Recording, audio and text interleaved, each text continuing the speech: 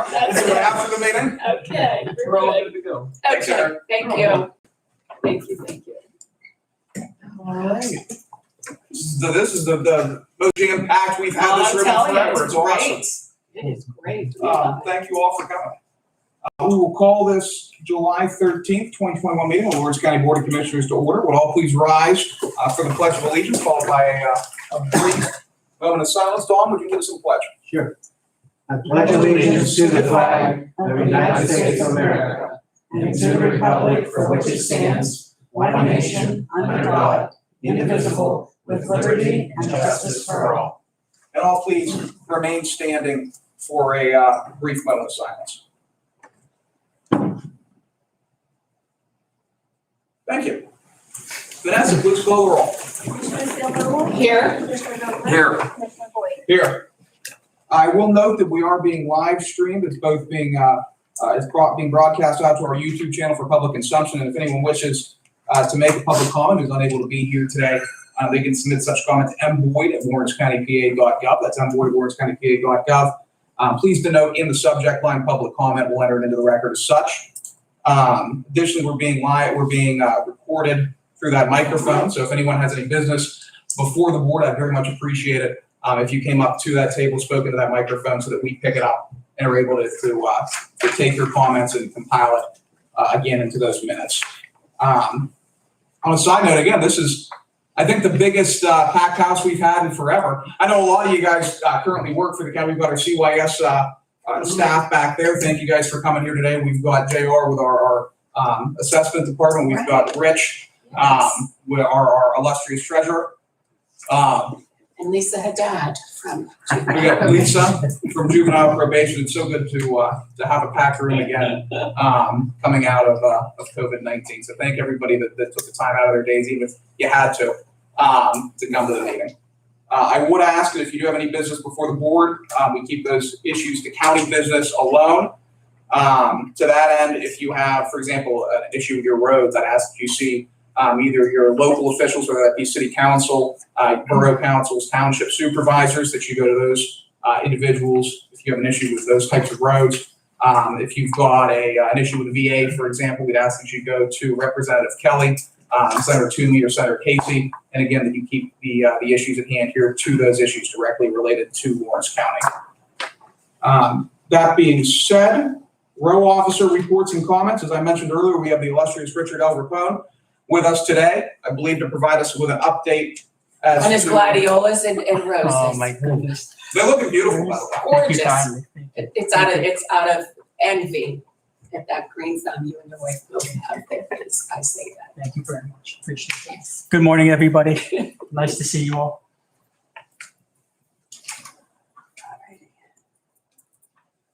I'm happy to provide you with the Lawrence County Treasurer's Report for the end of phase period.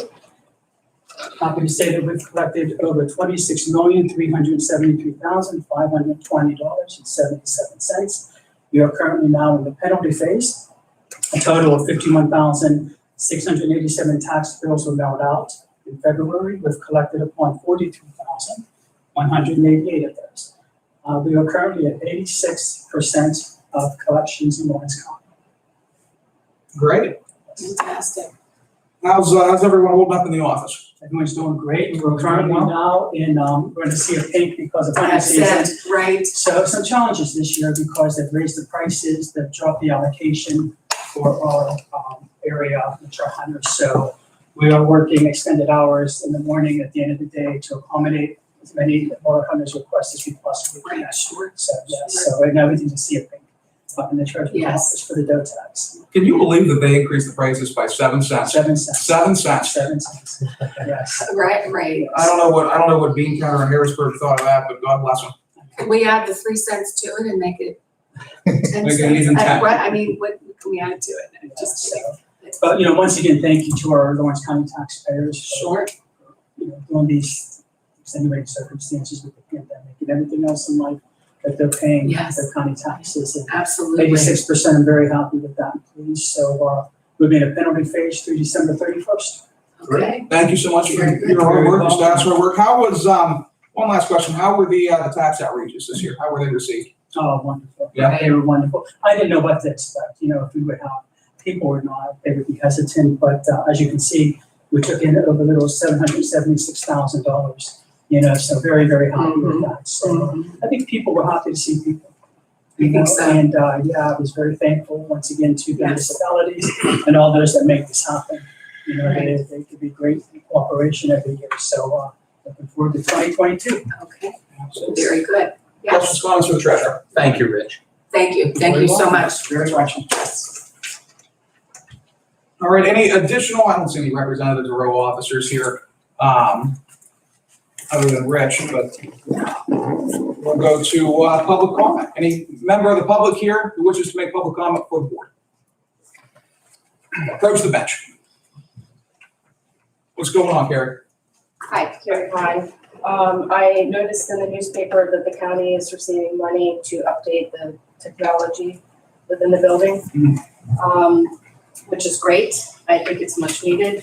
I have my own anecdotal story I could share about what happened to me in Portland 3.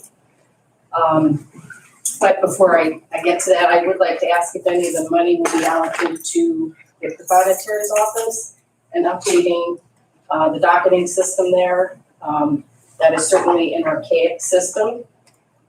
So I'm wondering if any of that money is going to go there. So the short answer is we don't know yet. Right now, the way that we've structured that process is the building hasn't gone through comprehensive rewiring since the 1970s. And so the first step in that process, we've actually hired an architect, hired a firm that's going through right now and drawing up architectural drawings to rewire the building. So that's step one. Step two will actually be the rewiring of this building as well as the APO, domestic relations building across the street. Step three, we just purchased or approved the purchase of a couple new servers that we're going to put into place down in the IT. The reason why that purchase was made now is because those servers are on back order. It's going to take a couple months for them to even get here. Once that is all in place, at that point, we will be going basically department by department saying, hey, prothonotary, Jody, what do you need in your office relating to technology that we're able to take some of these dollars and improve those processes for? So if we get to the prothonotary and Jody brings that up as something that she wants to do, and it's a responsibility of the county as opposed to a responsibility of the state, as a lot of docketing systems relating to the unified judicial system are, at that point, absolutely, that's something to take a look at. So it is local, the responsibility of updating the system, it's a local responsibility or the state? So I don't know the answer. Okay. Yeah, I don't know. Yes, definitely needs to be updated. We're one of the few counties that you cannot submit any briefs or any documents electronically. You have to come in personally or by fax if you don't have a fax machine. You're out of luck. So that definitely needs updated. As far as my experience in Portland 3, we have a Wi-Fi service in the building, but during my hearing, the Wi-Fi was inexplicably down, unavailable. And I had evidence to present that day. But even prior to trying to get logged on through the Wi-Fi, I brought my laptop, tried to connect it to the AV audiovisual television system, and my cords would not connect to the computer. They didn't have any cords available that would connect to my computer. I also tried to use a flash drive and was unable or not permitted to do that.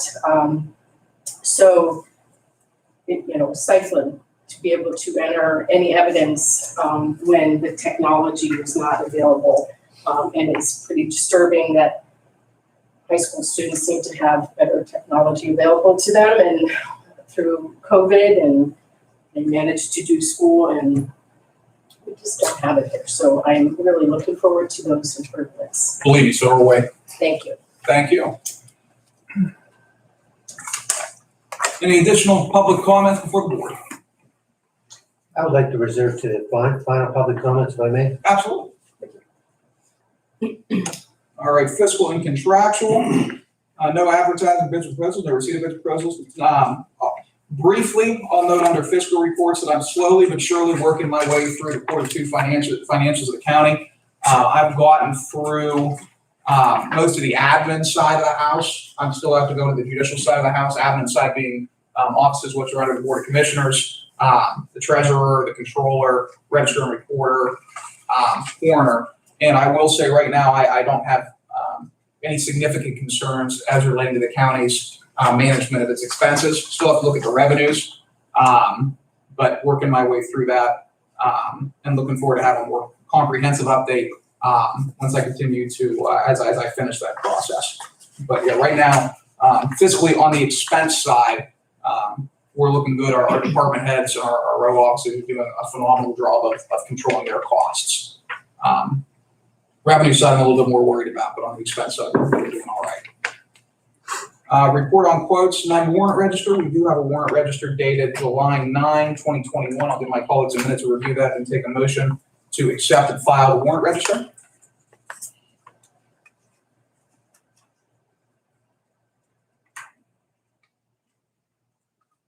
So moved. Second. We have a motion and a second. Is there any discussion or non-question on the motion? All in favor, please signify by saying aye. Aye. All opposed, same sign. Motion carries.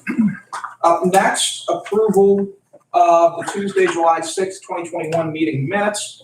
Again, I'll give my colleagues a minute to check those over and take a motion to approve the minutes or amend them as necessary.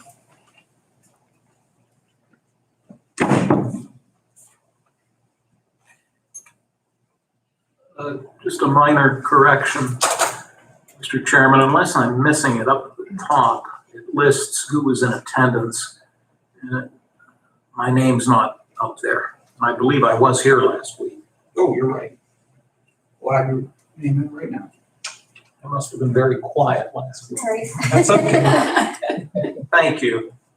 My guess is that this is just a guess, that the previous meeting, you were, I was not at the previous. yeah, my guess is Vanessa probably took the, Copied and pasted. I apologize. That's Yeah. quite all right. Thank you. And I will move to have them accepted.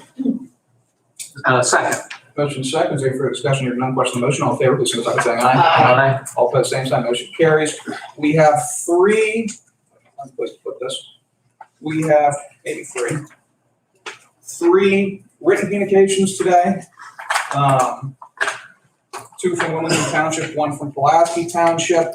The first is from KVH Consulting Engineers on behalf of Peoples Natural Gas. They're applying for a GP5 stream crossing general permit to the Pennsylvania Department of Environmental Protection. That's located on Indian Run Road, Wilmington Township, until, assuming that's what UNT means, to Neshannock Creek. Unnamed tribute. Unnamed tributary, thank you. That's why Dan is the, There you go. He knows all the initials. Just lucky, don't look. Next is from the same engineering firm for the same project, another GP5 stream crossing permit. Again, Indian Run Road number 2 from Wilmington Township, unnamed tributary to the Shannon Creek. And then 3 from Hillcorp and Pulaski Whiting Central Facility by Power Engineers submitted on behalf of Hillcorp. They are applying for a DEP Air Quality GP5 general permit renewal application. I'll note, as I always do, the county has no authority in accepting, denying, and otherwise approving these types of permits under state law. Certain, depending on what processes companies or institutions or individuals are undertaking in Lawrence County, they're required to notify us that the permits have been applied for. And we are only required to receive correspondence. We really don't have any other role in that process besides that. So I'll take a motion to accept and file correspondence. So moved. Second. We have a motion and a second. Any discussion or non-question motion? All in favor, please signify by saying aye. Aye. All opposed, same sign. Motion carries. May I ask a question? What's up? Is there a map of the crossings or any more detail about that? I don't have a map with me. Did we receive a Not map? with this one, no. If you'd like, you can take these. Well, did that come originally from Wilmington Township? No, it came from KDH Consulting Engineers. Okay. Well, can I just take a look at it? I think this is on my property. No problem. actually. If you want to keep those, go for it. No citations and certificates today. Reports, we do have 2 reports today. We're going to do the faster one first, and then what I imagine will actually be a pretty good conversation with CYS. We're going to do second. But first and foremost, Director Hardister with our assessment office with an update as to our interim billing, JR. Approach the bench. How you doing today? Not bad. Good morning. Good morning. Twice a year I come to you to give an update on the interim bills. Again, to define what the interim bills are, these are changes of assessment that occurred between January 1st and June 30th. That's what we're hearing today. And then we'll do a second round. Any changes of assessment that occur July 1st through the end of the year, those will get billed out in the spring of 2022. So I'm proud to announce that we have changed 1,084 parcels between January and June of this year, added $15,033,365 in assessment to the tax rolls, which equals $123,563 of unbudgeted tax revenue for this quarter, for this half of the year. This brings the total for 2021 to 1,822 parcels, 27,091,565 or 27 million in assessment. Again, that's $27,091,565 in assessment for $223,320 in unbudgeted tax revenue. And to confirm that $123,563 figure, this is just the county tax revenue. This does not include revenue that would be going to the municipalities and school districts. That is correct, and those bills should be in the mail by August 1st. All 8 of the 9 school districts in Lawrence County have adopted the interim billing. Which one hasn't? Blackhawk, because there's only one borough. So they also will send out interim bills, and 2 of our municipalities, Michigan Township and Union Township, have adopted the interim in one borough, in Beaver borough. So those are ones who will take benefit of this added assessment increases in tax revenue. Just to speak on it just a little bit, I know Morgan, Loretta, you weren't around when the previous board adopted that sketch detection project. We are well over budget, even what we anticipated in tax revenue. We've already brought in over $405,000 from that project. Just to rephrase what you just said, you're not over budget, you're over revenue. Over revenue, sorry. So yeah, we paid, we charged $150,000 for the project. We've already, just through interim billing, brought in $405,000. And again, that's ongoing revenue because every year we add this into the annual tax revenue. So we did well on that project, and it's still on. Great. And how many, is it, that's like a 3-year contract or something, do I recall? It was supposed to Until be a the 2-year parcels get contract. done, okay. They anticipated it would take 2 years, but COVID kind of put a little delay, just like it did with everything else. We're hoping by the end of the year, if not the first half next year, we'll be completed. So. And that's just continued added revenue that we would have not had before without the project. And more importantly, and how I try to explain to all our taxpayers, we're updating our records to make sure everyone's paying their fair share. Some people have made improvements that they never notified our office. Now they are paying the taxes they should have been all these years. Absolutely. Yes. Well, thank you and your staff for Thank all you your much, work. yes. It's greatly appreciated. Any other questions or comments from my colleagues? Thank you. Thank you. No, I have a comment. All right, up next for I'll get some. I'm sorry. no, you're fine. A report on operations of CYS. We have a Director Bow, as his senior staff, with us here today. Thank you. John, how are you doing today? How are you? I couldn't say. Good to see you also. Good to be seen. Great time. Good to be seen. I'll note, CYS is one of the most important functions the county government performs. It ensures the safety of children around every municipality in Lawrence County. Also, it amounts for the single largest budget item in the county's budget, more so than any other area of operation. We spend more dollars per year on CYS than anywhere else. Granted that the majority of those dollars come from state and federal funding streams. To that end, I know you've been working very, very diligently. I'd say CYS is undergoing a process of restructuring right now. We certainly appreciate the work that you and your staff are putting into that. I think we're seeing already some very, very positive developments come out of CYS. I know we've largely stopped or at least mitigated the high turnover that was occurring up there and have been occurring for years. And I know now we're working on improving our systems to make sure the kids in Lawrence County get the necessary help that they need. So before turning it over to you, I'll turn it over to either one of my colleagues for any questions or for any comments they might have as it goes to CYS. I have total confidence in what John will be presenting today. Likewise, I'm looking forward to hearing your report, John. Thank you. So what's going on with CYS? And again, I also want to add, I think it's important again because you are the largest budget item in the county budget, and because your work impacts a significant number of families across the county. I do think it's important that we do take some time once or twice a year to make sure the public knows everything, all the work that you guys are doing, all the very hard work that you guys are doing to secure kids' futures. That being said, I'll turn it over to you for your report, and thank you for coming in. Commissioners, thank you for having me. Good morning. Good morning to the public. I appreciate the opportunity to address the Board of County Commissioners and the public. I thankfully and humbly serve this board along with the children and families of Lawrence County. The staff and I greatly appreciate the support this board has, and I have no doubt will continue to provide to the agency. Let me be clear. The staff at Lawrence County Children and Youth Services is hardworking, dedicated, and cares deeply about the children and families in our community. They absolutely deserve the respect of this board, the community, and other elected leaders.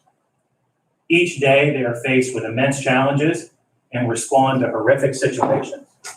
As essential staff with legal mandates, we have an obligation to respond to matters of child safety at all hours of the day, every day of the year. We do the work knowing that it's a thankless job, a stressful job, and at times a dangerous job. In the last 12 months, we have had staff threatened and injured. Still, the staff remain steadfast and carry on adapting and overcoming. I don't have the words to fully express the amount of respect and appreciation I have for my staff. Furthermore, I stand with our provider community that each day works diligently to offer the programs and the services that meets the needs of hundreds of children and families in Lawrence County. Our provider community and system partners encounter the same mountainous challenges that we have. I thank and appreciate our provider community for the long hours and the difficulties that they confront with us. Lastly, I hope to educate and bring clarity during the remainder of my time. Each day we have a heart and a mindset that embraces continuous quality improvement. We look for opportunities to promote successful outcomes. In no way do we find ourselves ready to say mission accomplished, but in no way are we ashamed of the work that we do. We don't do everything right, but we don't do things intentionally wrong. I wanted to take an opportunity to go through some successes and point out to the board when we look at, and this impacts our program, this impacts our fiscal. So these successes are child and family successes, they are budgetary successes, they are successes for the whole community. The agency has decreased congregate care use. When I say congregate care, group homes, shelters, and institutions by 74%. And the total number of combined days in congregate care by 62%.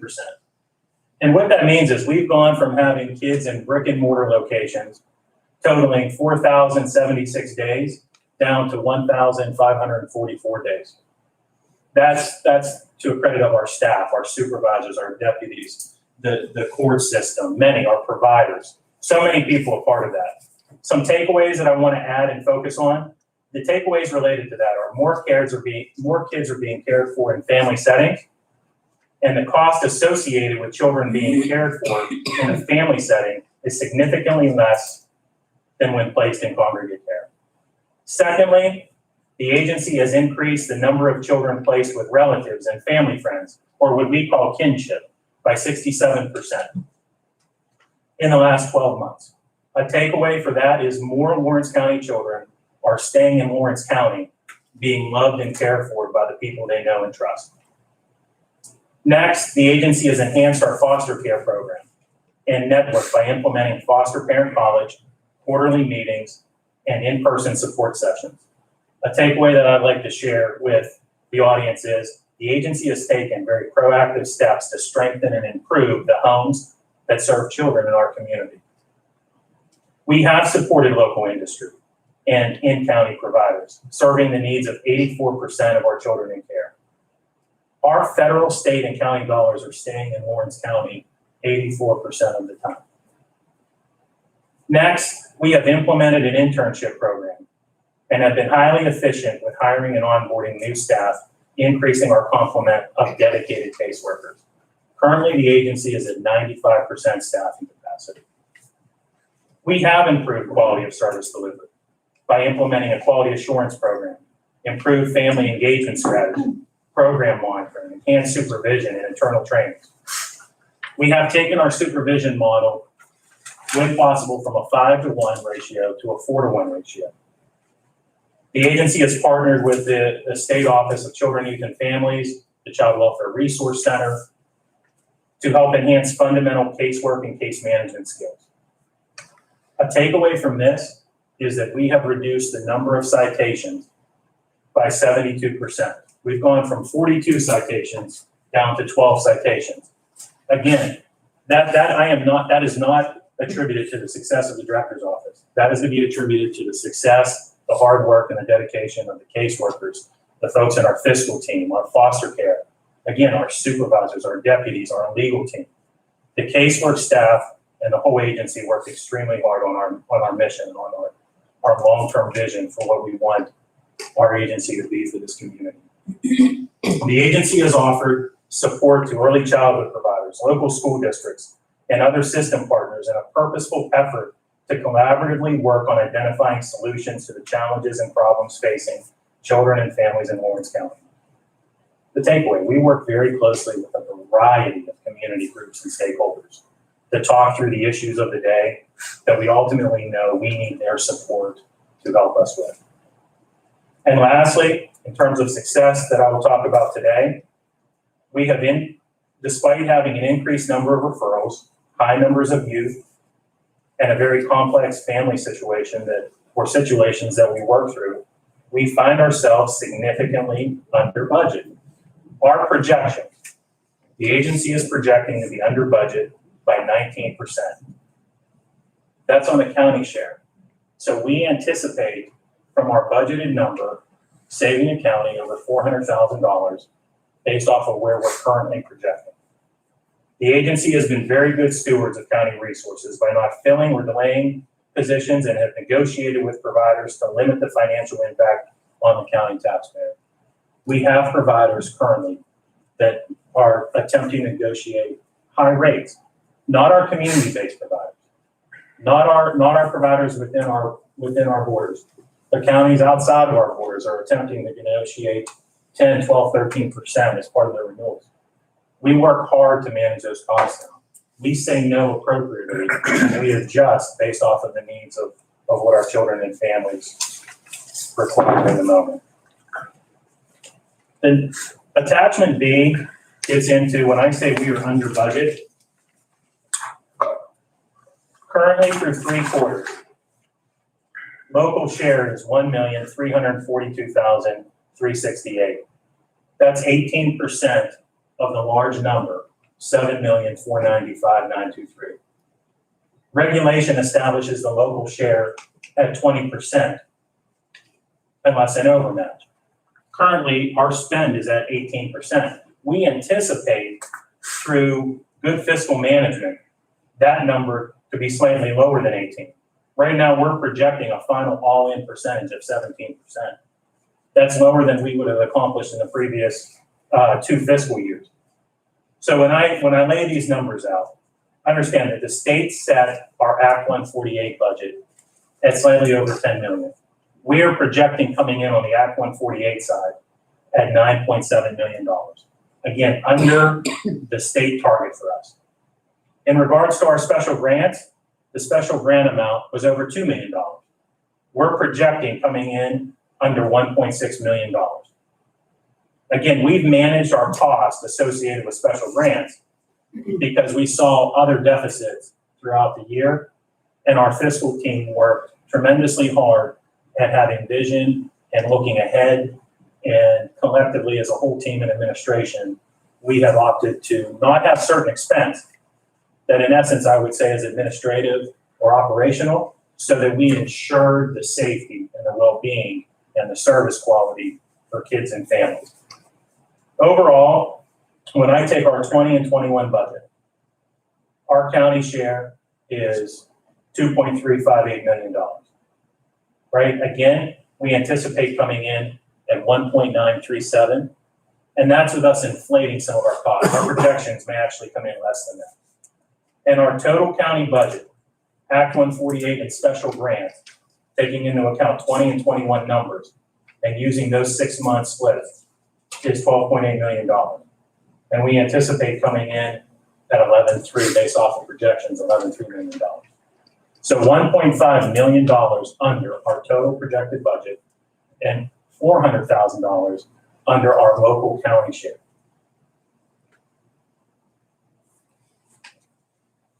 In terms of the youth in care through 12 months, we have had 350 total children in our fiscal year, July 1st, 2020 through June 30th, 2021.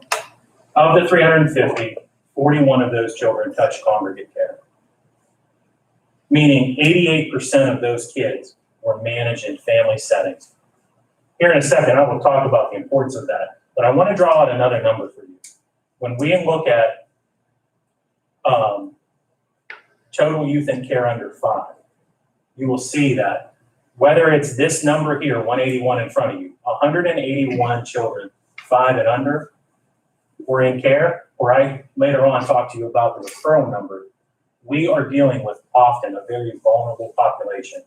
The kids that cannot call out their injury, children that are unable to seek help, children that lack mobility.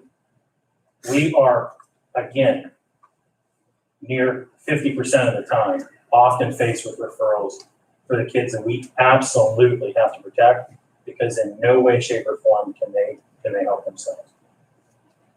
Cost associated. So how have we been able to manage our cost and our budget? The success with the first point, managing congregate care.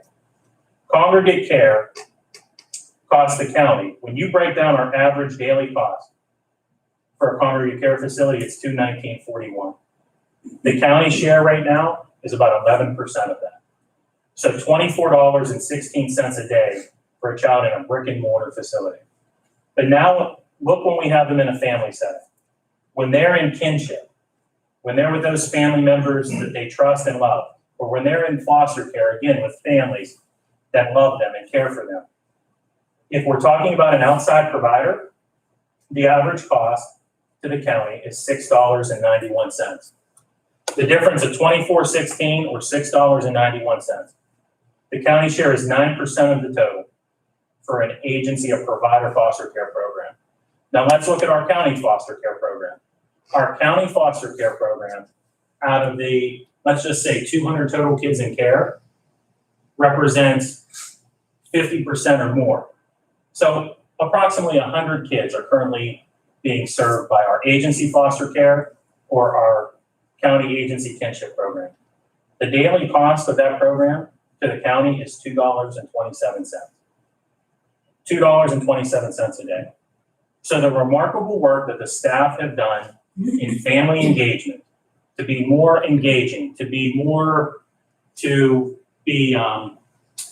less confrontational, more open, more solution focused, has led us to reduce the brick and mortar number of $24.16 a day, more than half of the time down to $2.27 a day.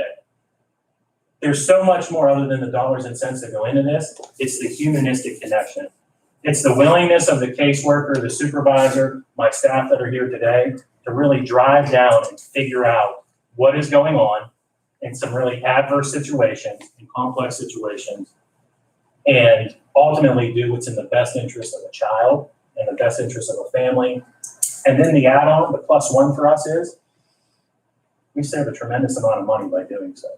But that's secondary. I want my staff focused on child safety, family engagement. I want them helping their families and doing the best we can regardless of cost. And in the end, right now, the data says when we do our best efforts and we give the time and attention that the families need, we save the county money in the process. The next document I'm going to share with you lends itself into the state of affairs. The next few documents. The next is a comparison. How many number of youth do we have in care compared to our neighbors? So the border counties, also fifth class counties, and then a look in regards to the regional counties. We have challenges ahead of us. So the number reported here, we had 196 total kids in care. 13 of them were in congregate care. Now let me give you the numbers in comparison to our neighbors. Beaver had 27 total kids in care. Butler had 93 total kids in care. And Mercer had 51 total kids in care. Our numbers are double, triple, quadruple the total number of kids in care. I will talk here shortly about a breakdown of the type of cases that we see. But then when you look at the other fifth class counties, again, we're at 196. Adams is at 40. Blair at 75. Lebanon at 96. Lycoming at 48. And then you look at the larger regional counties. Erie, 378. Washington, 242. Westmoreland, 291. So we are in the neighborhood of counties with a 200,000, approaching 300,000 total population. What do we see? What do I attribute it to? I attribute it to a variety of things.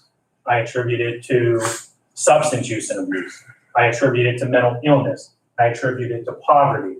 I attribute it to our crime rate. I attribute it to generational abuse. We have a high percentage of families that we have engaged with them as an agency from great-grandparent to grandparent to parent, right? Our percentage is high in that regard. We know that. If you look at the total number of referrals, so when we look at 350 kids in care, or currently our number of 196, and we see that we are double, triple, or quadruple the other counties. The total number of youth that we served was 1,963. 1,963.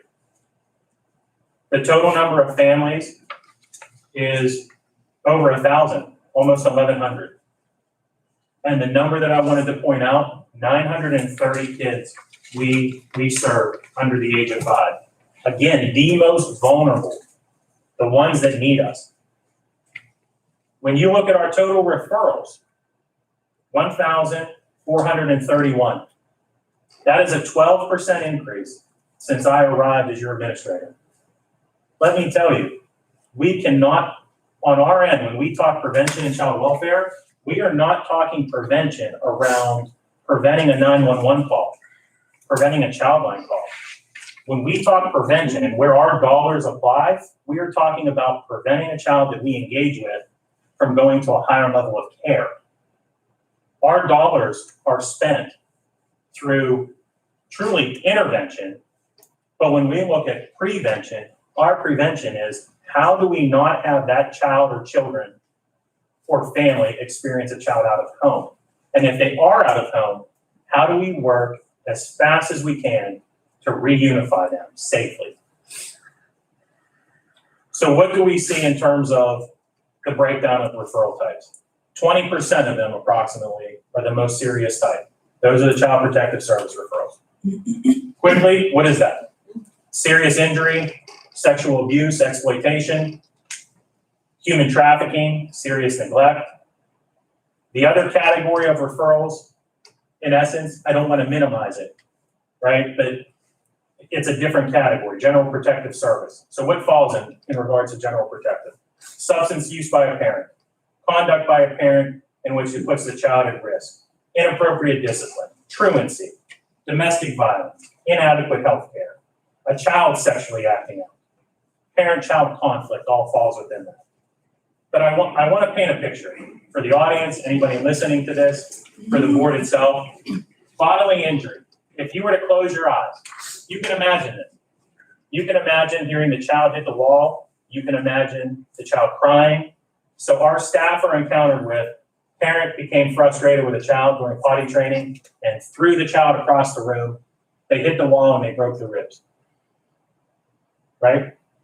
Close your eyes on this or feel it. It's hot out. It's humid out today. Right now, I will have staff that are going into homes with feces, roaches, bed bugs, maggots. Of course, we're going to act to protect the children. How could we not? How could we not? If you close your eyes, you can feel it, you can smell it, and I hope that every person in the room grew up in a home that wasn't faced with that. And so many other categories. When I say sexual abuse, what do the staff encounter? Parents' paramour, left alone with a child, forces the child to have sex. Of course, we are going to act. A child locked in their bedroom.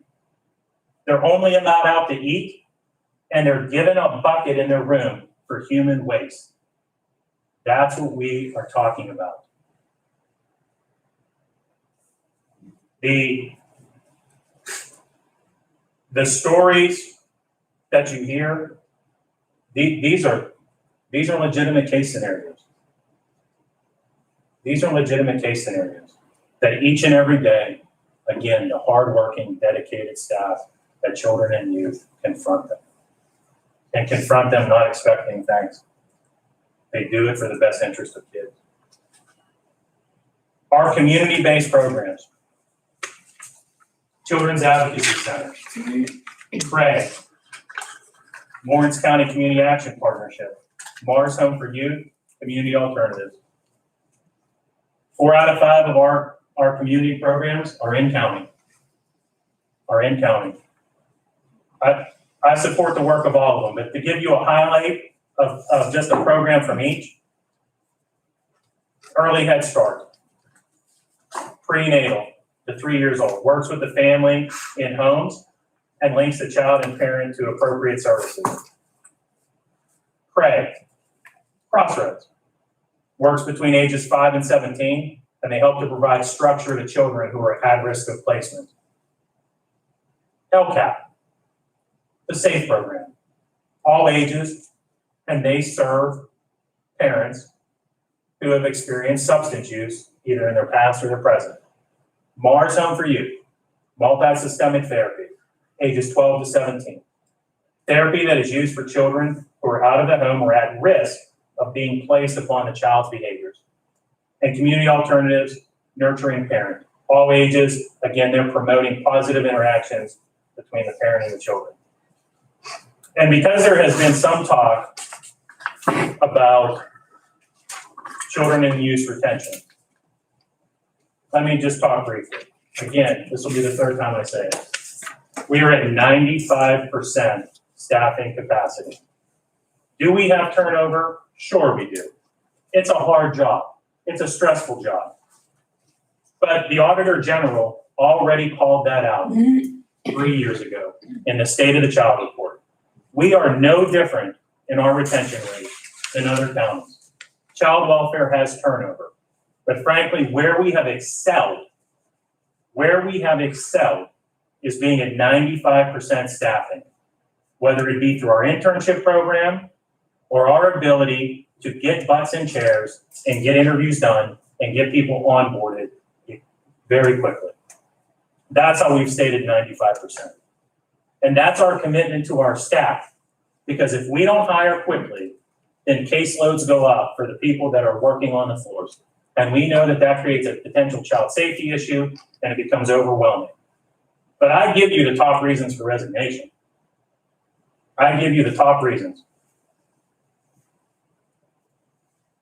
and some of the employee comments related to surveys, which are, there are not enough hours in a day to complete the day-to-day tasks. Not enough time to meet state requirements. Every family is in crisis. The work is too stressful. The homes are disgusting and I don't feel safe. There's feedback directly from the staff. And then lastly, before I would be more than happy to answer questions, I give you a breakdown by our service categories or our budget costs. These service categories break down the county share and the state share. Or what sometimes become, when I say state share, we drive down costs with federal reimbursement. Again, our fiscal office does a tremendous job with maximizing the federal share. That helps the county side and that helps the state side. And let me add one more piece. Because I know that revenue, cash flow, is a discussion point at times. We are meeting our deadlines. When our quarters are due, we are on time. We are not late. So we are controlling everything that is ours to control related to revenue. We are not days behind. We are often early. And from the moment we submit, we are appropriately reaching out to our state contacts to try to move our reimbursement percentage or our reimbursement timeframe up. In essence, because we know, as again, team players and good stewards, we want to support the county apparatus and system. And with that, I end and would be glad to answer your question. Well, first of all, thank you so much for providing that much information, that much data, that many statistics to the board and to the public. I think that you guys take a lot of heat at times for what you do, and I think a lot of that's unjust because you are working around the clock and doing everything that you can to keep children safe in Lawrence County. There are a couple of points that I want to highlight, maybe ask a question or two on. Number one, and I want to hit this a second time, not even so much as a question, just to reemphasize. Persons under the age of 5 in Lawrence County, every municipality, ranging from Newcastle to New Wilmington down to Elwood, over to Scott Township to Bessemer Borough, we're seeing roughly 21% of all children under the age of 5 in Lawrence County. 20%. That's incredible. And the other data point there I want to touch on, all children, we're seeing roughly 12% of all children ages 0 to 18 in Lawrence County. Yes. That is an incredible workload.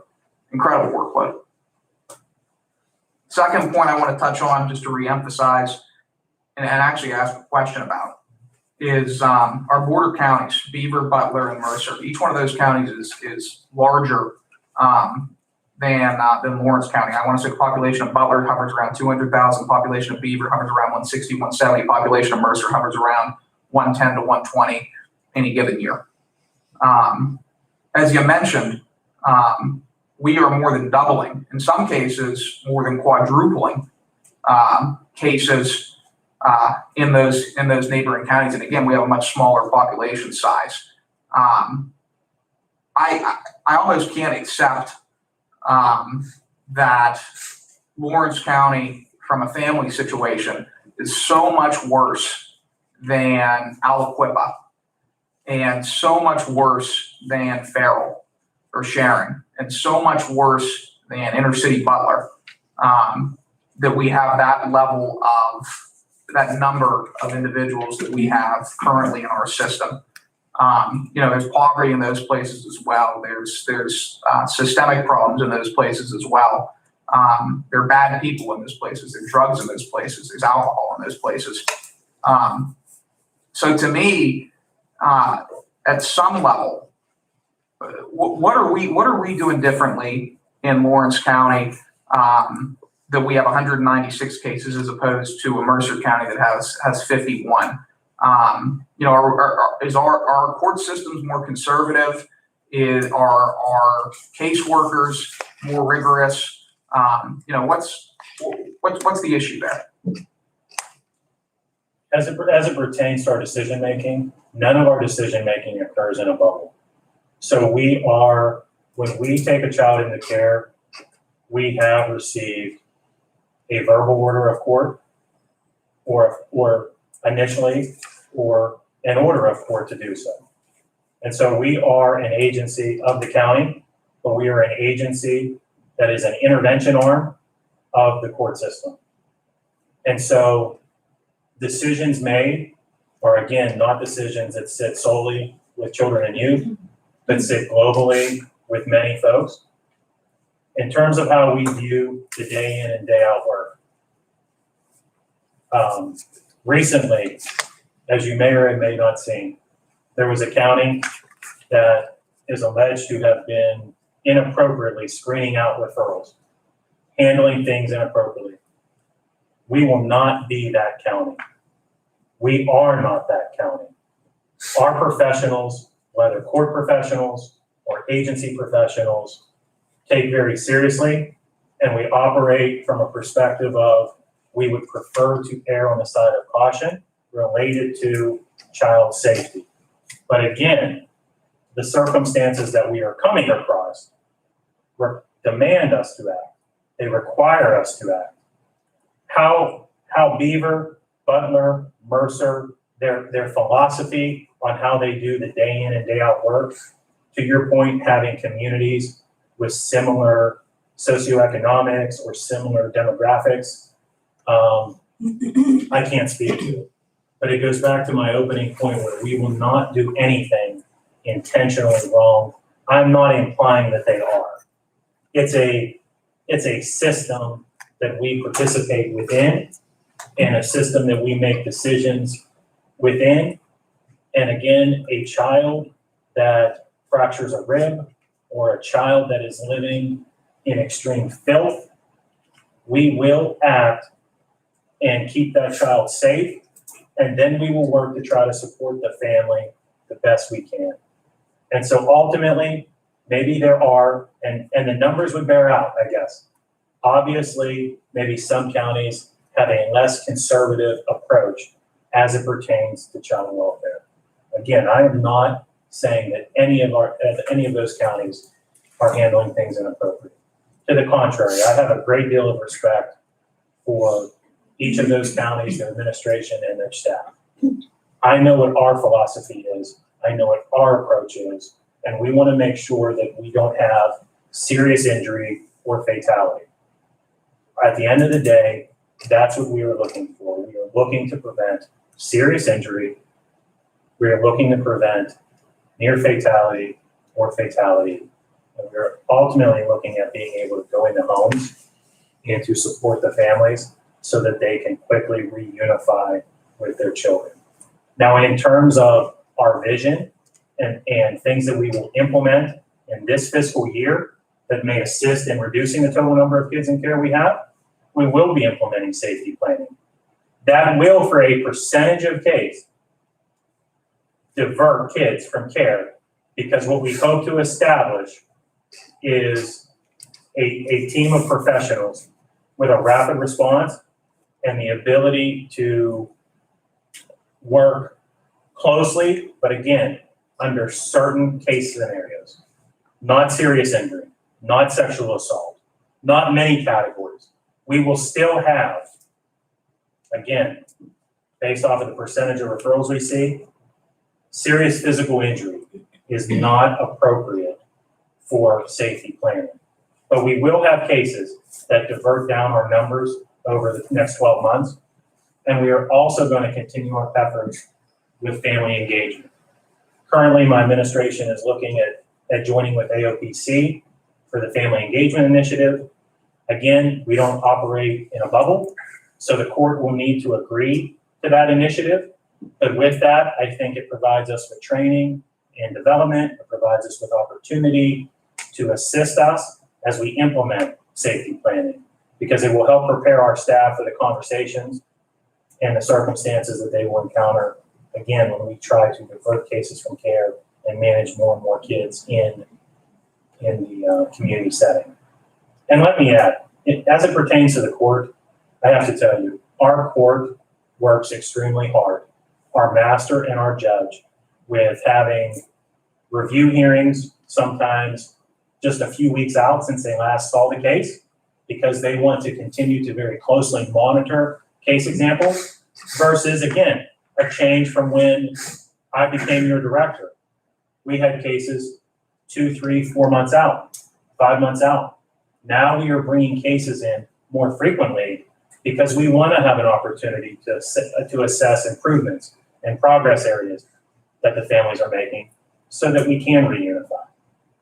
Best example, a family that had deplorable home conditions, and we don't want to continue that case for 3 or 4 months.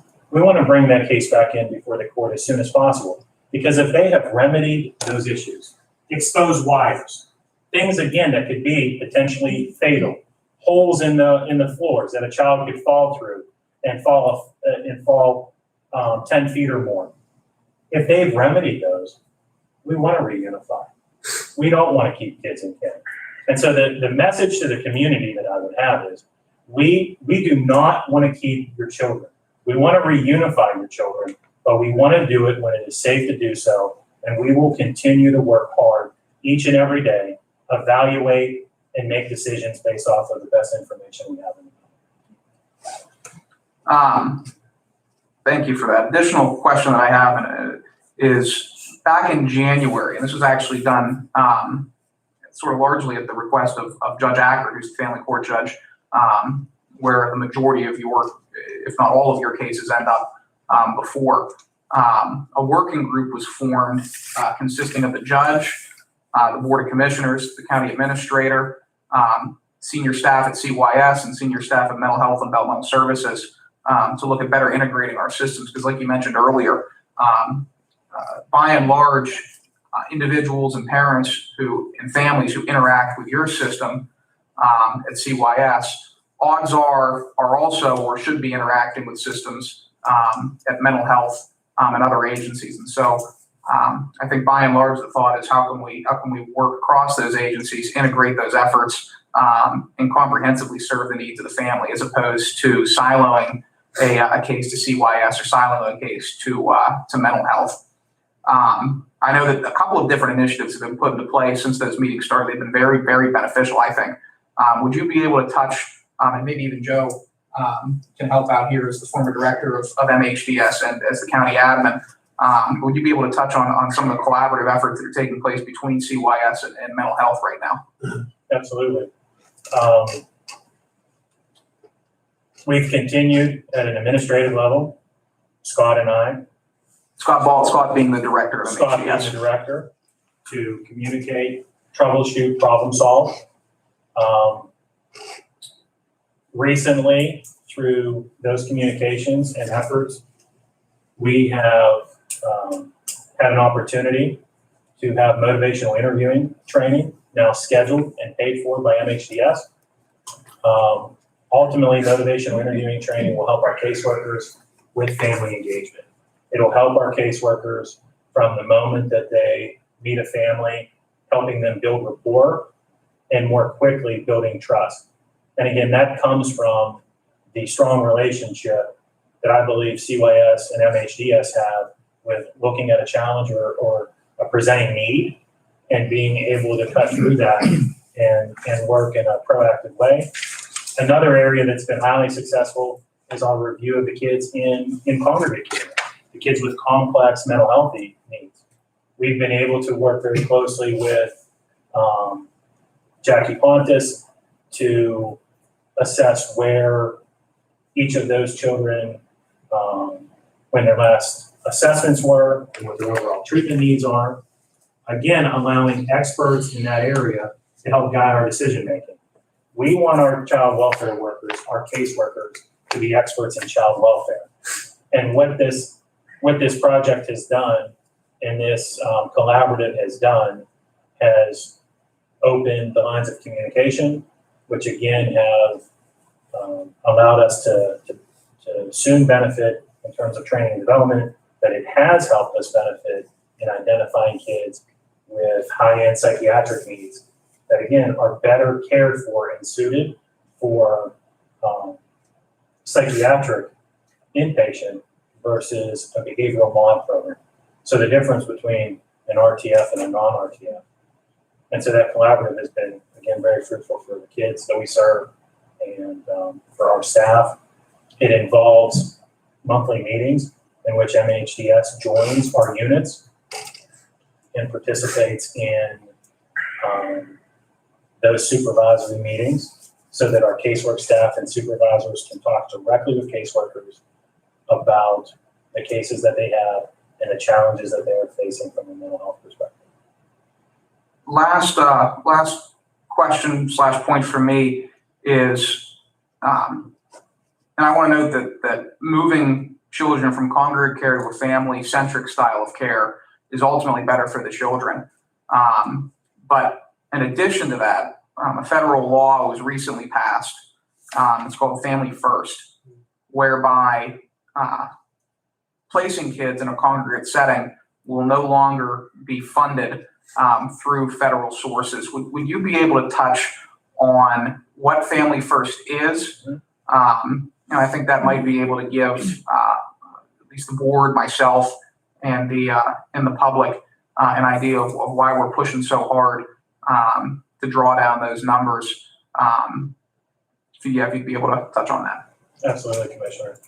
Family First, again, as you said, is federal legislation, and it really encourages and in some ways demands that states and county agencies look at family settings when all possible. Least restrictive family settings, kinship, and foster care. And currently, so the financial impact of this. Currently, when a child is 40 eligible, so financially, when a family's income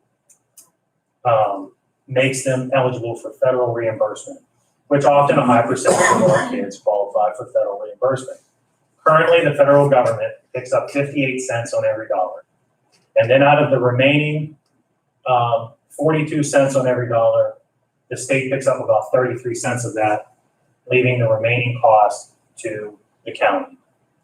As of Family First implementation, so from October 1st moving forward, the 58 cents on every dollar is available for the first 14 days.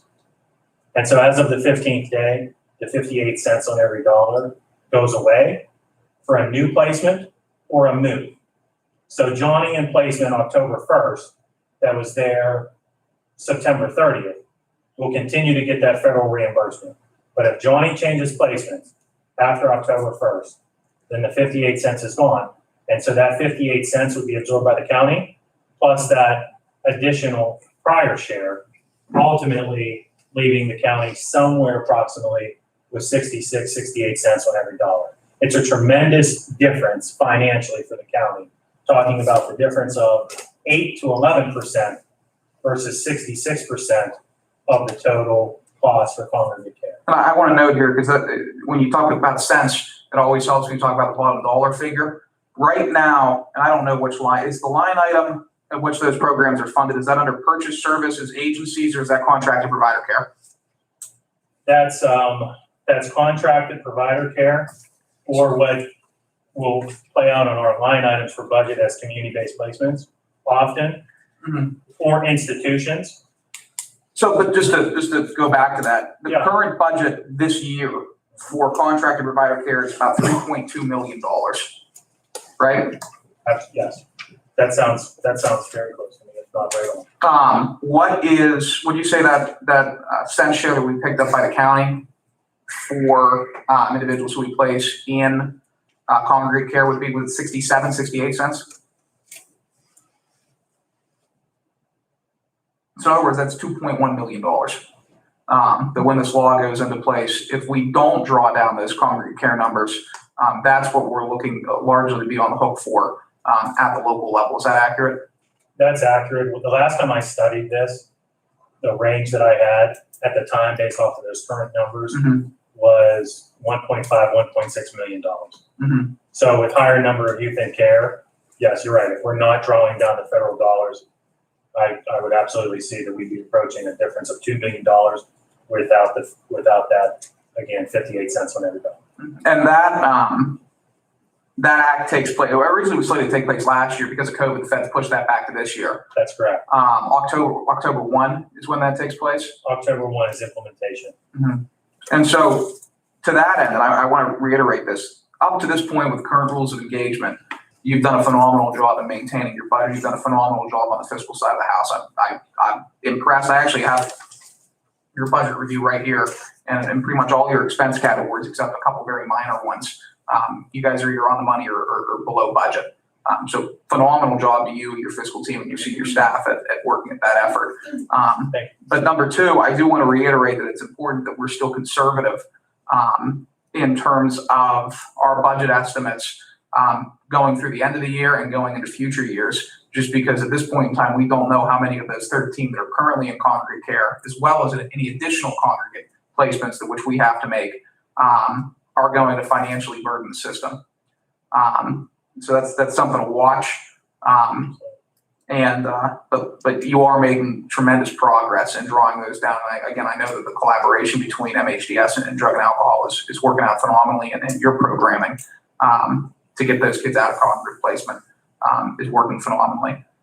But thank you again. I'm going to turn this over to my colleagues, but thank you again for the work that you do.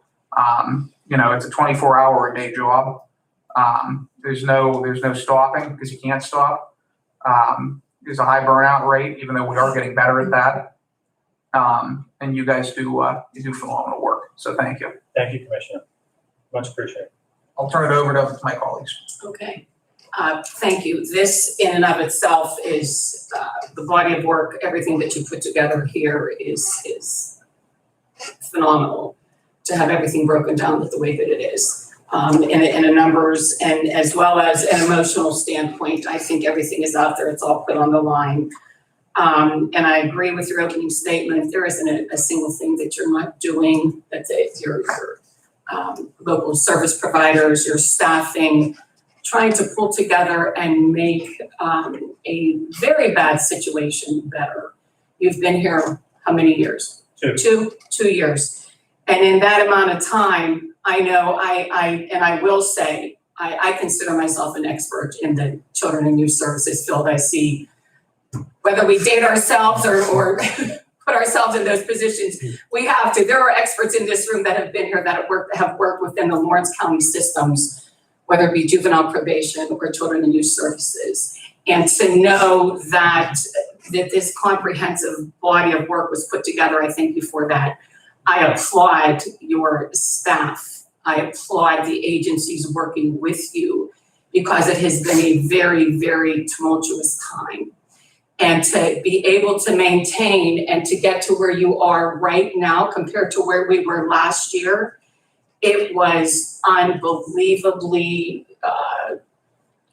I don't even know the proper adjective that I want to use for that point in time. I would dread getting a phone call from you or dread hearing something or opening an email because I knew that staff was leaving. Old staff, new staff, people were moving on. It was change that was excruciating, and through it all, you managed to maintain. And I applaud you for that, and I have to say that. So when we talk about numbers and where we should be and how things should go and what it should be, and to hear that, first of all, where did you get your numbers from that you have as far as cost-wise? You got that from our controller's office? I'd just like to make that be clear that those are the numbers that came from the controller's office in regards to maybe the newspaper article that come out before, okay? That you are not over budget, that you don't know, what's happened or going on there. We have to get costs under control because they are under control. So thank you very much for that. You're welcome. The staffing situation, I think that you deserve to have all of the staff that you feel you need to have in your department. And I don't think it should be dependent on anything else but what you feel you need for your department right now. I'll make an analogy with it, and everybody, I don't make light of the situation, but to me, it came to me as I was sitting here. I love to cook, and anybody that knows me knows that I love to cook. So when you talk about integrating services and working with mental health and drug and alcohol, and children and youth services together, and the area, the agencies that are involved, it's a recipe. So you don't put a recipe haphazardly together. So that the CYS ingredient has to be of correct measure and correct components to be put into that human services model as we go forward as part of that recipe. And mental health has their part, the courts have their part, the agencies have their part, but your part needs to be what it has to be and have the correct ingredients to add to that blend, so that end result, whatever recipe piece that it is going to be what it is supposed to be, because you just don't throw things together. So rest assured that I will continue to work with you and your staffing to see that you get what you need to continue to do the good work that you have done. And I applaud every single one of you for that. And please take that back to the staff. Do we have work to do? Do we have a long way to go? Yes, we do. But we do not need to go backwards. We do not need to have staff leaving because they're not supported or their cases are overloaded. So I thank you, and thank you to the providers and the staff and anybody else that might be observing us. That job well done for all of you. Thank you. Commissioner, thank you. Dan. Thank you, Mr. Chairman. Appreciate your coming in this morning, as well as folks you brought with you. Loretta likes to cook, I just like to eat. But I did like your analogy. It was a good analogy. You know, oftentimes we get asked by our taxpayers, where does my tax dollar go at the courthouse? Well, you've, in the last half hour, given a pretty good example, or a number of examples as to where it goes and where it has to go. If we as a society and we as a government are not doing all that we can to help vulnerable children who are in unsafe and unhealthy environments, shame on us. So, as my colleagues have stated, I applaud you, I applaud your staff, we have some other providers here today. It's thankless work. It seems to never end.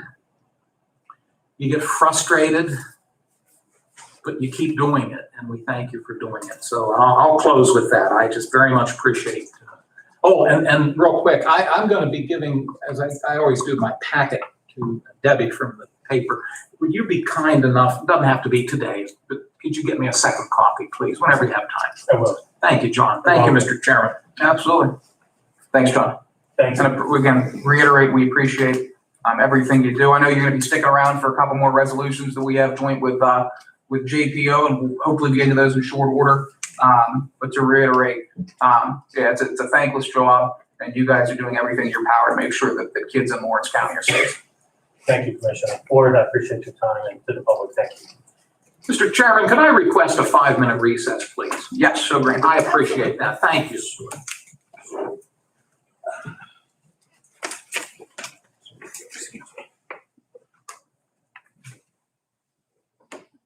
What I tell you, Vanessa?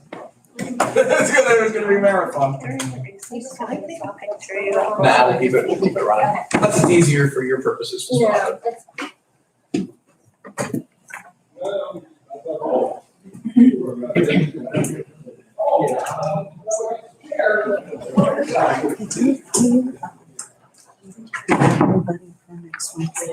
Okay. So far. Hello. I'll get those to you. All right. So that's all I have to break on. Okay. I'll check with Christina because I cannot be there. Okay. So just to make sure that she's gonna be there. Okay. Sounds good. Sounds good.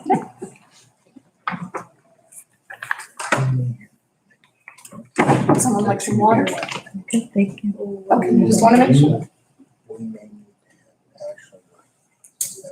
That was a very. We're still Still on camera. training. I would love. I think, yeah, it should be so well. I want to see you after the meeting. Thank you. He'll be there in about an hour. I know that, I heard that. Hey, how are you? Good, how you doing? I'm fine. It's hot in there, guys, just letting you know.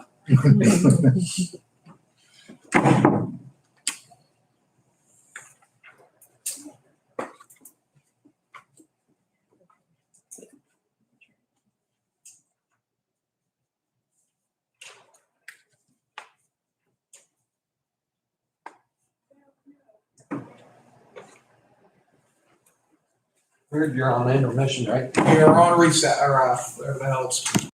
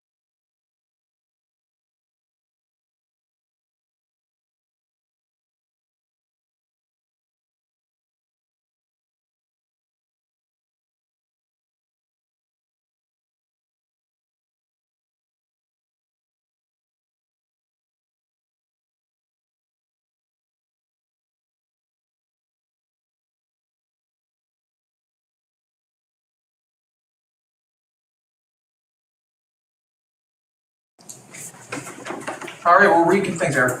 You're welcome. We'll reconvene. We can do that. I didn't know we could. Technology upgrades already. Uh-huh. All right. Saves a lot of headache. Moving next through the agenda, we've got commissioner reports and comments. Dan, you're on deck first today. Floor is yours. Thank you, Mr. Chairman. I'll be very quick.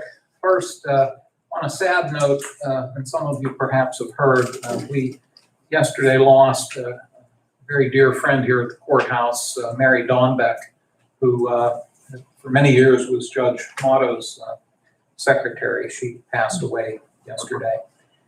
Mary and I had a friendship that went back to grade school. We rode the same school bus when we went to Mohawk together. And she'll be missed. She was a wonderful person. Secondly, just again, very quickly, yesterday, Commissioner Spielvogel and I ventured up to Forest County. There's a quarterly meeting of the county commissioners from the northwestern part of the state. And we attended and spent about a good 2.5 hours. It was at least 2.5 hours, wasn't it? Mhm. Yeah, and just about every county was represented. Erie was not represented, but just about every So other we one. talked about them.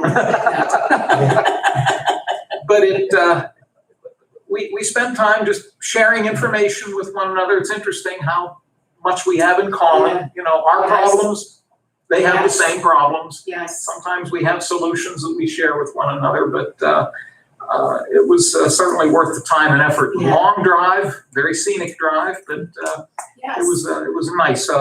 Maybe when they get to your turn, you can elaborate. Yeah. Thank you, Yes, Mr. yes. Chairman. How was the food? We just had sandwiches and Sandwiches. salad, and Mhm. they had soup, Yes. sandwiches and salad. Yes. Oh, wow. All right. Yes. You, stuffed pepper soup. I remember do you love live stuffed at, pepper yes, soup. yes, you missed the stuffed pepper. They say you do like. I do love stuffed Yeah, pepper it soup. looked good. I didn't have any, but it looked good. I have a recipe for that. You're gonna have to get that to me. All right. Looks like I'm on deck next. I just want to announce, on July 23rd at 10 a.m., we're having a special tax sale for the property located at 1465 Sampson Street in Union Township. It's 11.23 acres. It's being sold free and clear. The owner of that property had not paid any property taxes on the property since the property was acquired in 2009. And instead, every time that property was going to go up for a tax sale or go to a sheriff's sale, the property owner either filed bankruptcy or petitioned Lawrence County Court of Pleas for a tax stay, all of which were granted. So after gaming that system for about a decade, that property owner owed roughly $450,000 in back taxes to the three taxing bodies, Lawrence County, Union Township, and the Union Township School District. So originally the county, we picked up on this and upon coming into office, and we had originally planned on selling the property at tax sale in May of 21. The current Board of Commissioners, again, we picked up on this, it successfully intervened. The property owner filed an additional stay in local court of common pleas. We intervened in that and got the judge to deny the stay, thankfully. However, the night before the tax sale, that property owner filed their 5th bankruptcy petition in federal court, which forced us to scuttle the sale of that property. That prompted this board to fight the 5th bankruptcy. We actually went to federal bankruptcy court, where we were successful in blocking the bankruptcy filing in, successful in barring the property owner from filing for another bankruptcy for a period of 2 years, which allows us to schedule the special sale. Which I want to say is I want to say, and Dan, correct me if I'm wrong here, it's the first special sale that we've done in quite a long time. It is, yeah. I can't remember the last one we've done. Yeah. But we want to make sure that this property owner is held accountable and pays his due to society. But I do want to say, let this be a warning to all the property owners in Lawrence County who may have weaponized the judicial system to receive tax day after tax day or bankruptcy after bankruptcy to avoid going to tax sale. We might have put up with these antics in the past, but moving forward, we're not putting up with it anymore, and we will hold you accountable to the same standard to which we hold the average taxpayer. I know you have to register for the sale by the end of next week in order to be able to participate. And again, July 23rd at 10 a.m., there's a special tax sale for the property located at 1465 Sampson Street in Union Township. Commonly, that'd be recognized as the Caravan Alberigo. It's a weird. I just say it, and you guys know what I'm talking about. Us old timers would remember it as the Holiday Inn. Yes. May I ask We've you always given our age away, yes. Do that, yes. just a quick procedural question? when we have our regular judicial sales, free and clear and upset sales, we always have to go through a legal ad process. I'm assuming that our tax claim office is taking the appropriate steps to do the appropriate legal ad. Yes. Okay. Not only is that or has that been conducted, but in addition to that, we can't just schedule the judicial sales on our own. A judge has to approve them. And this sale was approved by word of court last week. So we're moving forward on it. Commissioner Spielvogel. Okay, good. I will comment on the last statement by our chairman, that is correct, that we're moving forward with it. And, you know, my thought is if the average homeowner has to continue to pay their taxes, or, you know, with the sense dealing with COVID or some type of major life event that for some reason they fall behind or they have to go and ask for a stay or a payment plan, this in no way, shape, or form should impact that. And we're not saying that, you know, things do happen and we want to be sympathetic to that fact, that you have that opportunity to you know, get a payment plan put together to go before the court and ask that, you know, that your property not be taken from you, that you be allowed to make payments as need be. Those types of things are granted, but it's like you said, when it's habitually happening, and, you know, we try to get our heads wrapped around it, that this is what's going on and happening to many different properties in our county, that this serves as that first step that we're trying to stop that from continuing to happen. Once again, we want to work with our property owners and see that they can continue to own their property and move forward and make repairs as needed or whatever needs to be done. But at the same time, everybody needs to pay their taxes, at least make that attempt to pay their taxes. So we'll move forward and we'll see what happens with that sale. Yes. Segue into yesterday, we were in Forest County, and for a minute I thought maybe I was over the river through the woods to Grandma's house we go, because it was a journey. I got there, you know, thank God for the GPS systems that we have, because I did arrive where I was supposed to, although sometimes I wondered where I was going to end up. The roads went from 4-lane on 80, and then Dan and I talked previously, and he said, well, yes, you'll be on 62, and then I was worried about Route 666. I totally bypassed, I don't know, I never got onto 62, but I did hit 666 for a very, very short amount of time, and ended up at the Flying W Ranch. Flying W Ranch. And it was a great meeting. Again, you know, networking with the other counties and sharing experiences and things was wonderful. Getting to see people again. We, you know, got to meet them in late 2019 for our first ever CCAP event. And then from there, it was no other events were happening. I think we did we have a moment, were we in Erie? Yeah. Early on in January of 2020, and then from there, it was stopped with Northwest. But very good. I look forward to you know, engaging and working with my colleagues from across the state and our region for in the future. Yes. Thank you. Thank you. Mm-hmm. And we will now move into Okay. the new business portion of the circus. First on deck, I'm going to try to go through these as expeditiously as possible. With our CYS JPO contingent. And I'm sorry, help me out with your name. Lisa had it. Lisa, I knew that. I knew that. With Lisa from JPO. Lisa, looks like we've got 4 resolutions before us today. What do we have going on? First of all, thanks CYS for creating the resolutions and handling all the contracts for us. So we have a shared contract for both CYS and JPO to use the services that we have here in front of you. Number 1 on your list is with Human Services Center. That would be a renewal of a contract for our family reintegration services through juvenile probation, in essence, aftercare services.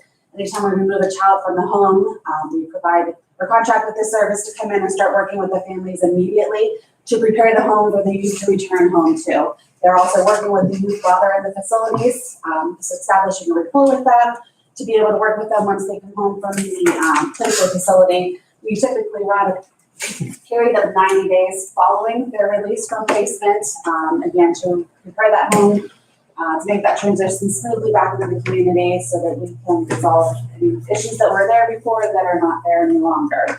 So we are requesting for a renewal of this contract with Human Services Center. Questions? It's under our I'm sorry. in-home service category, which is an 80-20 reimbursement between the state and county. Questions, comments? No. Vanessa? 161. Thank you.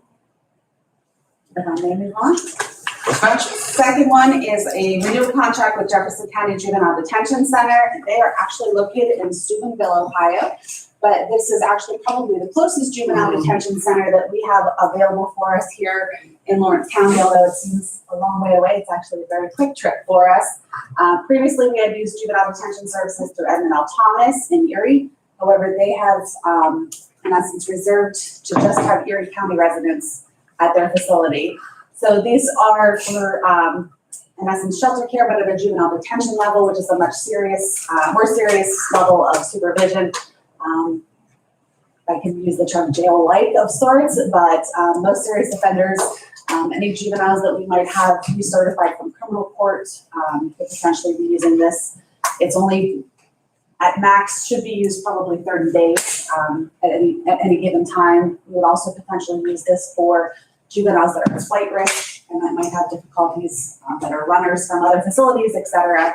But again, this is a renewal contract. We're very happy with their services down there.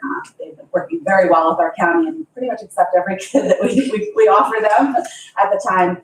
We have very minimal use at this. I think last fiscal year, we maybe only had one child.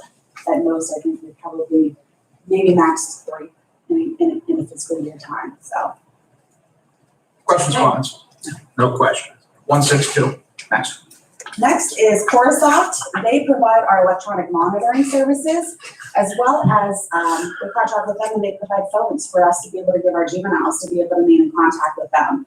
A lot of times, communication is just an issue with juveniles. And so we are able to provide our juveniles with cell phones. They're able to text, they're able to call, we're able to create schedules in their phones, help them remind them of appointments, et cetera. It was a great tool for us, especially when we had a work from home team during COVID, that we were able to be able to remain in contact with our juveniles. Probation officers also had these phones that they were using so that they didn't have to use personal cell phones. Kids aren't always so great at making phone calls, but I will tell you, if you send them a text message, they will reply. So that has been a great service for us. Again, like exactly. They also provide our electronic monitoring services so that when we have a juvenile on their electronic monitoring service, they have a monitoring center that they provide all the monitoring and supervision for that as well. But again, we were asking for a renewal for this contract for Coreosoft. Questions, comments? No questions. 163. Next. And lastly is George Junior Republic. They are an institutional residential placement facility. If I could backtrack for a second, Coreosoft is also an in-home service with an 80-20 split. Our George Junior Republic is an institutional residential, which has a 60-40 split. So it has a higher reimbursement requirement of the county versus a community-based placement, which would be an 80-20 split. So in essence, the state is trying to tell you to use these a little bit less. So we do our best trying to make sure that we use least restrictive services in probation as well. But George Junior Republic provides services such as diagnostic, residential, inpatient drug and alcohol, which actually we work with managed care where the treatment is paid for under managed care dollars, and we just pay a room and board portion if we have juveniles under those take placements. They also have intensive supervision, special needs, and they also have an RTF section specifically for those medically necessary to receive mental health type treatments. But they have an array of services that we are contracted with. I believe right now we may only have one juvenile there at the moment. I could be completely wrong, but I'm trying to reach back and see. I think in total juvenile probation only has think we have 9 children removed from the home at the moment.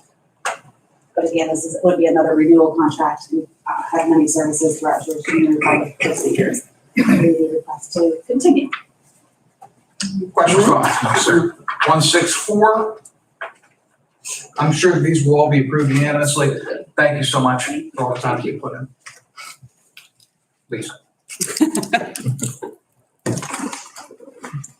Up next, just a couple board appointments, very straightforward, very simple. First resolution, 2021, we'll make it 165, appointing Jim Gagliano of North Beaver Township to the Lawrence County Redevelopment Authority to fill the unexpired term of Vince Felino. That term expires at the end of the year, at which point we'll have to consider Jim for either a re-up or solicit additional applications. Questions, comments on that? No. Resolution number 2021. Forgive me. If I'm not mistaken on this last one that you just said, we, of course, since it's an authority, we went through the appropriate Yes. procedure to Yes. announce the openings. I believe he was the only formal applicant that we. Yes. Thank you.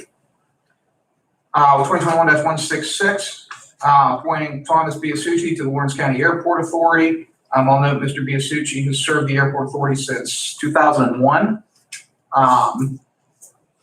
And 167, appointing John Natal to the same authority. He's been in service since 2013. I will note, as I always do when it comes to these types of appointments, for both of the airport appointments, I'll be voting no on them. That's not due to malice or dislike or a belief these two individuals can't perform the job. I just made a campaign promise that I would not vote to reappoint any individuals who serve more than 2 terms or 8 years. And so that's me fulfilling that campaign promise.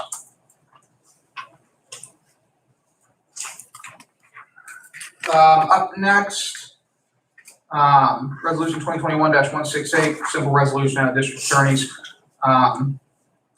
approval fund. These dollars are effectively utilized at the discretion of the district attorney. He collects fee revenue from certain cases stemming from, I want to say, drug and alcohol abuses, which go into an approval fee account. The district attorney is able to use at his discretion. This is simply adding some dollars to that account to account for some prior year balance. We'll make that 168. A couple admin transfers. First, we have from the controller's office a $550.46 resolution or a transfer from controller contingency to unemployment. This is just due to some staff turnover in that office. We need some additional dollars on unemployment due to how unemployment payment calculation, how unemployment payments are made. I think I explained that last week, 2 weeks ago. But yeah, it's pretty much due to turnover. And the last thing here is Central Court transferring $250 from travel to telephone and transferring $400 from contingency to telephone. I guess whenever we did the phone upgrades, I know we're working to remedy that. We missed Central Court. And so to that end, the Central Court telephones were budgeted in accordance with the cost of maintaining the phone systems in the county courthouse as a whole. Central Court is still using another service. We're fixing that. But that's why the inefficiency is on there. So I'll take, as we always do, a motion to approve admin transfers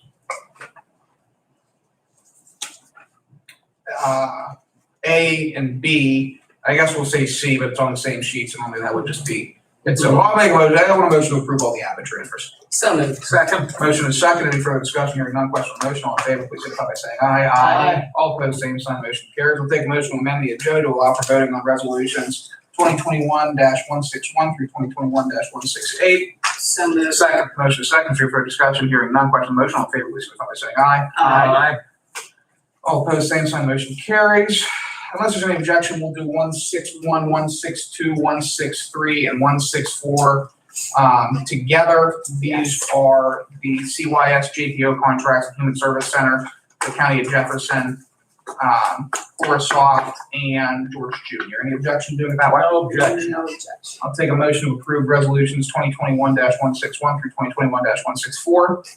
So moved. Second. Motion is second. Is there any further discussion? Hearing none, question on the motion, Vanessa, please call the roll. Commissioner Steelvogel? Yes. Commissioner Vogler? Yes. Commissioner Boyd? Yes. Motion carries. Thank you. Up next, resolution 2021-165, appointing Jim Gagliano of North Beaver Township to fill the unexpired term of Vince Foligno on the Redevelopment Authority of Lawrence County Governing Board. Do we have a motion? So moved. Second. A motion is second. Any further discussion? Hearing none. Question on the motion. Vanessa, please call the roll.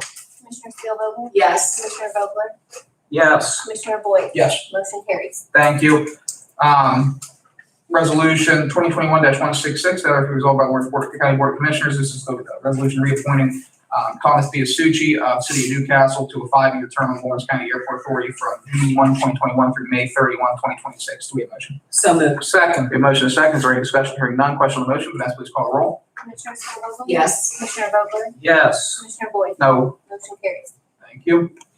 Resolution 2021-167, now the result. It's the same thing. We're appointing John Natal. Do we have a motion? So moved. Second. We have a motion and a second. I know John resides in Shenango Township, 5-year term. Any further discussion? Hearing none. Question on the motion, Vanessa, please call the roll. Commissioner Steelvogel? Yes. Commissioner Vogler? Yes. Commissioner Boyd? No. Motion carries. Thank you. Mr. Chairman, just real quick, just for the record, noting that again, since it's an authority, we did go through the appropriate notification process. And to the best of my knowledge, we had 2 openings. These were the only 2 applicants that we received. Is that correct? That's accurate. Thank you. No ordinances today. Next Board of Commissioners meeting will be held at 10 a.m. on July. Oh, damn it. It's me trying to get through the meeting a little bit too fast. Resolution 2021-168, this is the budget amendment for the DA's office relating to DA approval fund. Do we have a motion? So moved. Second. The motion is second. Any further discussion? Hearing none. Question on the motion. Vanessa, please call the roll. Commissioner Steelvogel? Yes. Commissioner Vogler? Yes. Commissioner Boyd? Yes. Motion carries. Thank you. Now we have no ordinances on the table for introduction for final action. Next Commissioners meeting will be at 10 a.m. on July 20th, 2021. The Commissioners meeting room. Planning Commission meeting for Wednesday, July 14th, 2020 has been canceled. And there will be a prison board meeting on Wednesday, July 21, 2021 at 12 o'clock noon in this room. And again, I'll note for anybody interested, that special tax sale is July 23rd at 10 a.m. It's being sold free and clear, and you must register for that sale by the end of next week in order to participate. Any additional public comments at this time? What we got going on, Don? Check. Yes, please. Again, I'm Don Kemmer with the Director of Youth and Family Services. First of all, I want to throw some support Mr. Bout's way and his staff. What I've noticed when I started as Executive Director 3 years ago, the relationship that we now have as a private provider with Children's Services is amazing. We've not had that kind of relationship that I can remember. There was always just something that was just kind of uncomfortable. John and I now meet on a monthly basis. We stay in touch. We look at what services we're providing. We try to be very competitive in what we're providing. If there's something he needs, we work with him on that. We have been able to, Craig has come in under budget for what we had given him in terms of our contracts with the county, with CYS. We are under budget for the year of 2021. We also, just as a statistic, I can't give you the exact, but because our year just ended at June 30th, but we anticipate that our numbers will come in less than 4% of the children that are placed in services at Craig end up in some type of a placement. So the prevention aspect is there, it is working, and we're working together to do that, to help reduce placements through the services that we offer.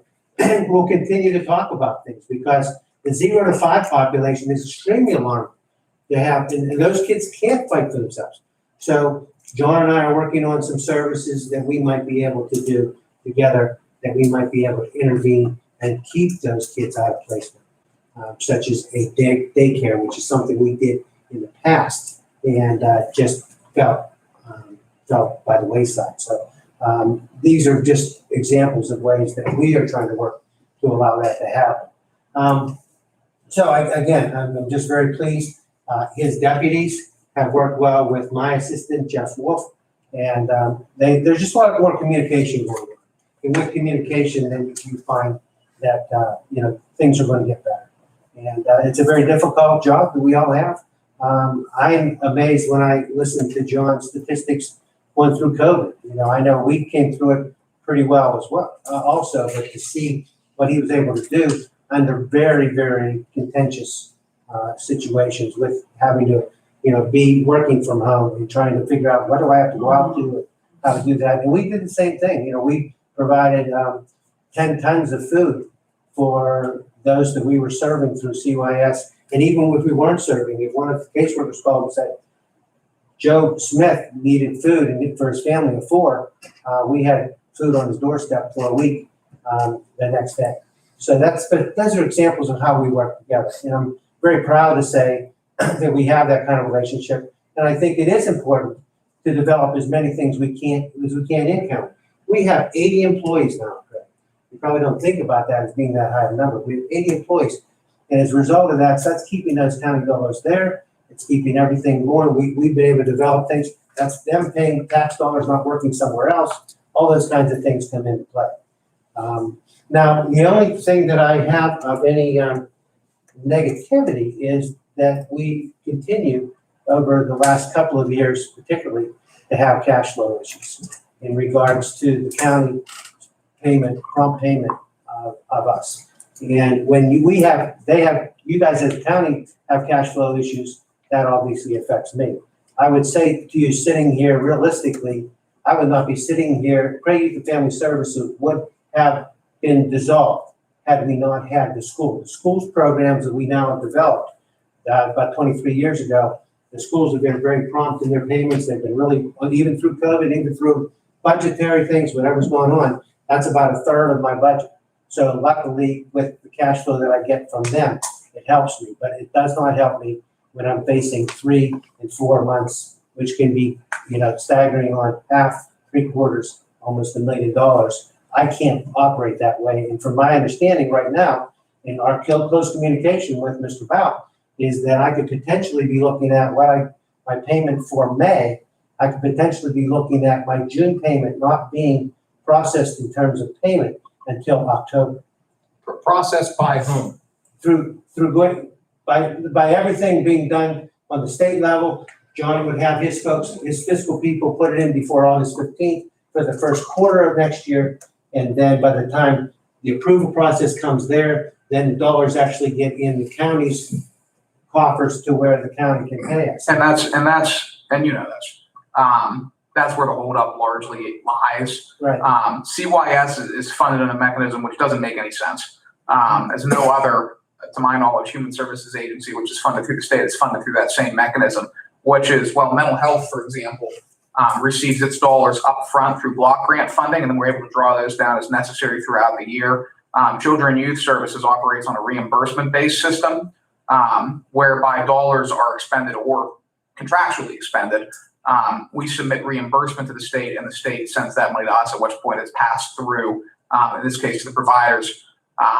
It's a system that I think not just us, but every county and county commissioner and county controller, I'd argue too, across the Commonwealth would like to see changed.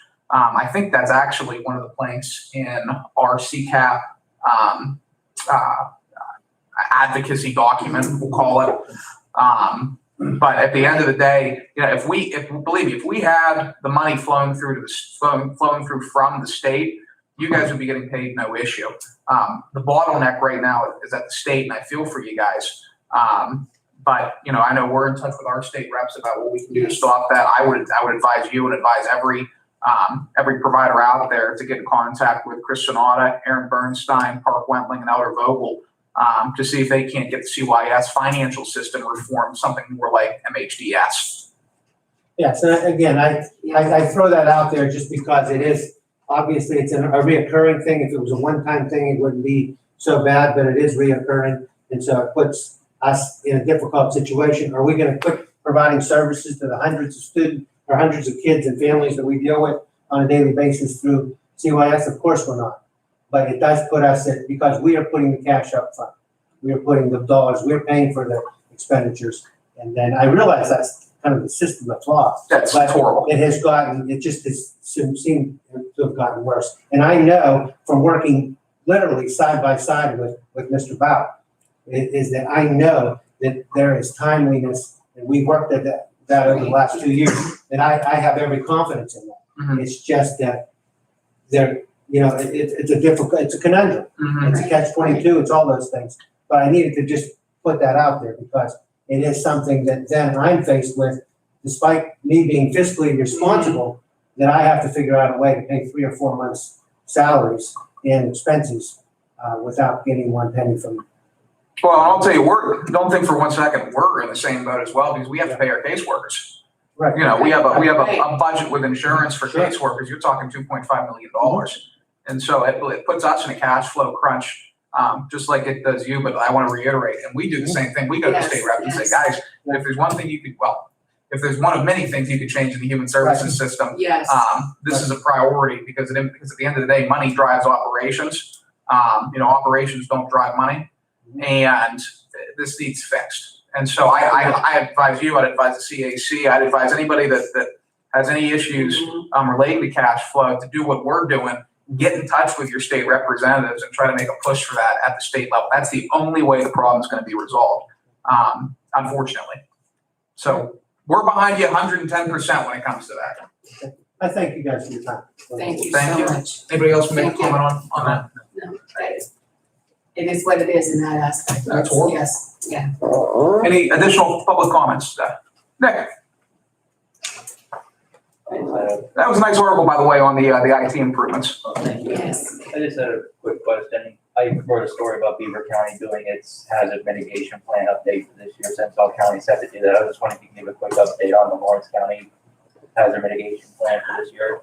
I haven't been updated on that yet by Director Parrish. That being said, I'd be happy to put you in touch with Director Parrish, who's our public safety director. He'd be able to give you a much more comprehensive report on that than I could, and I don't know if any of my colleagues are. I agree. In fact, I can give you his phone number Right. when we're done. I've got it right here. I believe Happy to- he did bring it to our attention a month or so ago, that we did not approve the plan. But I don't recall that. It might have been something else. There's Yeah. so many different things. Yeah. Working regionally, it could have been a regional plan that he, I think he might have Participating. mentioned, my recollection is he mentioned that we were in the process Okay. of doing it. okay. But yeah, I'll give you There you Jeff's go. number Yeah. if you can stick around. By the way, Pat Fabian said to tell you hello. Yes. We were talking about you yesterday. So kind of you. Thank you. Pat is a county commissioner in Armstrong County, and Nick used to cover their meetings. He spoke well of you, Nick. Thank you. any additional public comments? All right, hearing none, I'll take a motion to adjourn. So moved. Second. Motion is second. Any further discussion? This, I think, was our longest meeting to date. Yes. Thank you to everybody for coming. Information filled. Thank you. Thank you. But all in favor, please signify by saying aye. Aye. All opposed, same sign. Motion carries. Lawrence County Board of Commissioners. Thank you. It'll be a little late, but go wait. I'll see you in a few minutes. What's happening? Debbie, here's, Lisa. I'll see you. Just wonderful. No, it's not.